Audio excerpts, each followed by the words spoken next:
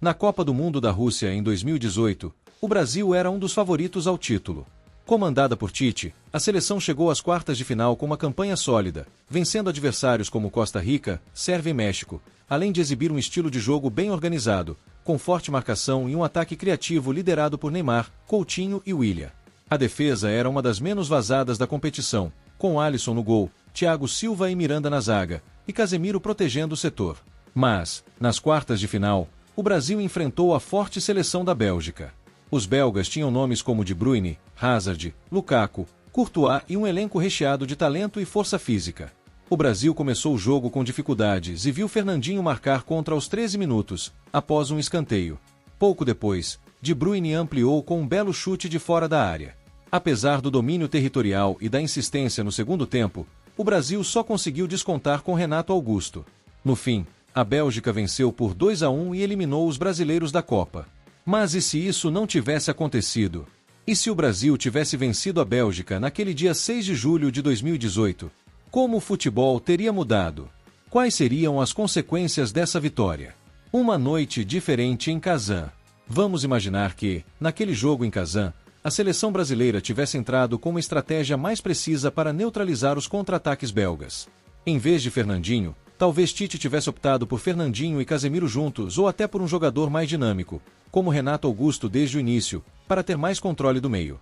A bola parada seria marcada com mais atenção, e aquele gol contra poderia nunca ter acontecido.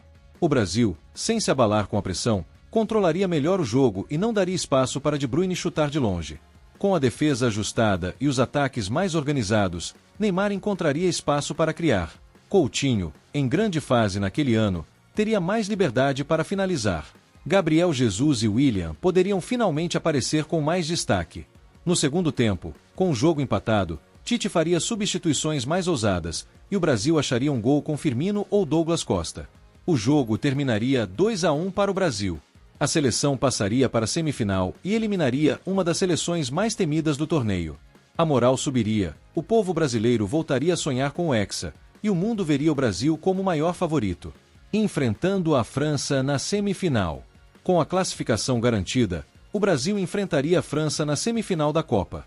A seleção francesa, que havia passado pelo Uruguai, estava em ascensão, com nomes como Mbappé, Griezmann, Pogba, Kanté e Varane.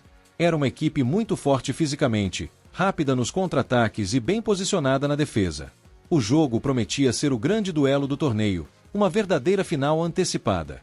Nesse cenário, o Brasil entraria em campo confiante, mas também consciente do desafio. Tite prepararia a equipe com uma marcação intensa sobre Mbappé, talvez escalando Fagner com a ajuda de Casemiro para conter suas arrancadas. No meio, Paulinho e Coutinho pressionariam Pogba e Kanté, tentando quebrar a criação francesa. Alisson, seguro no gol, teria atuação decisiva. O jogo seria muito equilibrado, com chances para os dois lados. Talvez Griezmann abrisse o placar, mas o Brasil responderia com Neymar, que brilharia com uma jogada individual. A partida poderia terminar empatada no tempo normal e ser decidida na prorrogação ou até nos pênaltis. E nesse cenário imaginado, o Brasil sairia vencedor, com uma vitória épica sobre os futuros campeões do mundo. O Maracanã de 1950 e o Mineirão de 2014 seriam, enfim, deixados no passado. A final contra a Croácia. A outra semifinal colocaria a Croácia contra a Inglaterra, e como na vida real, os croatas venceriam. O Brasil, então, encontraria a Croácia na grande final da Copa do Mundo de 2018. Seria a segunda final entre Brasil e uma seleção europeia em Copas neste século. O favoritismo estaria todo do lado brasileiro, mas os croatas não seriam subestimados. Com Modric, Rakitic, Perisic e Mandzukic, a Croácia era uma seleção técnica, organizada e com muita garra. Porém, o cansaço acumulado ao longo da competição pesaria. O Brasil, mais descansado e motivado pela sequência de vitórias contra Bélgica e França, teria mais força física e emocional. A final seria disputada em Moscou, e o mundo todo estaria de olho. Neymar, que vinha sendo criticado por encenações, teria chance de calar os críticos com uma atuação brilhante. Coutinho, que já vinha fazendo uma Copa espetacular, poderia marcar o gol do título. A defesa brasileira seguraria a pressão croata, e o Brasil venceria a final por 2-0 ou 3-1.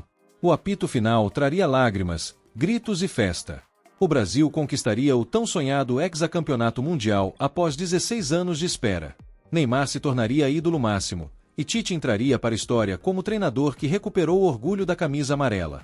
Impactos na carreira de Neymar. Com o título conquistado, Neymar mudaria completamente a percepção mundial sobre sua carreira.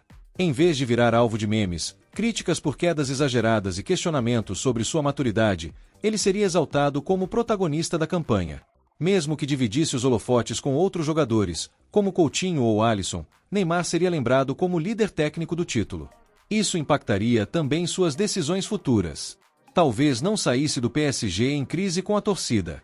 Ou talvez saísse valorizado, com ainda mais clubes desejando contratá-lo. Ele teria a chance real de ganhar a Bola de Ouro naquele ano, desbancando Modric e Messi.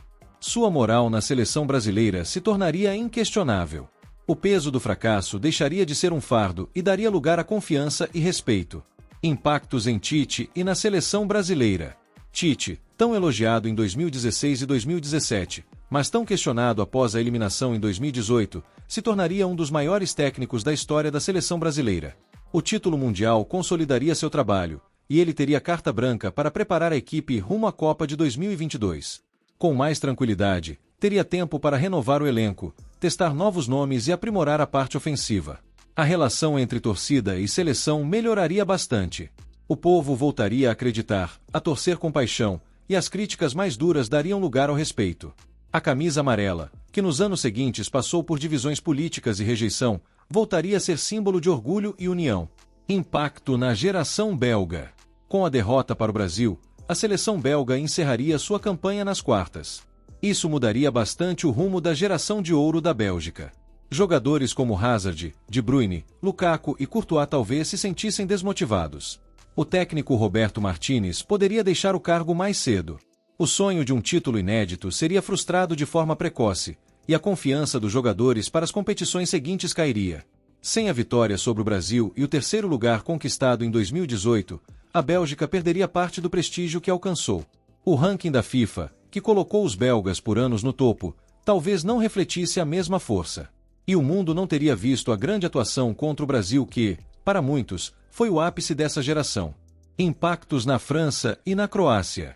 A França, sem o título de 2018, teria seu projeto desacelerado.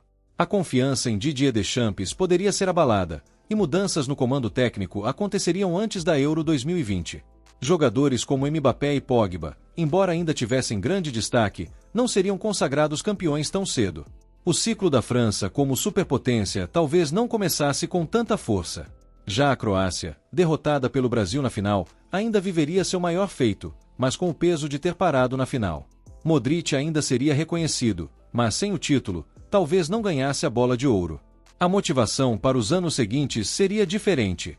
A geração croata se aposentaria da seleção com orgulho, mas sem o troféu na bagagem. Se o Brasil tivesse vencido a Bélgica em 2018, tudo poderia ter mudado. A confiança, o respeito internacional, a valorização da seleção e dos jogadores. Neymar teria se consagrado como campeão mundial. Tite seria reverenciado. A camisa amarela voltaria a ser temida e respeitada. A França não teria seu bicampeonato. A Bélgica teria fracassado. A Croácia teria parado no último obstáculo. Aquela derrota nas quartas de final mudou muita coisa. Mas imaginar esse cenário diferente nos mostra o quanto um detalhe pode transformar a história do futebol. E você, o que acha que iria acontecer? Comente e inscreva-se.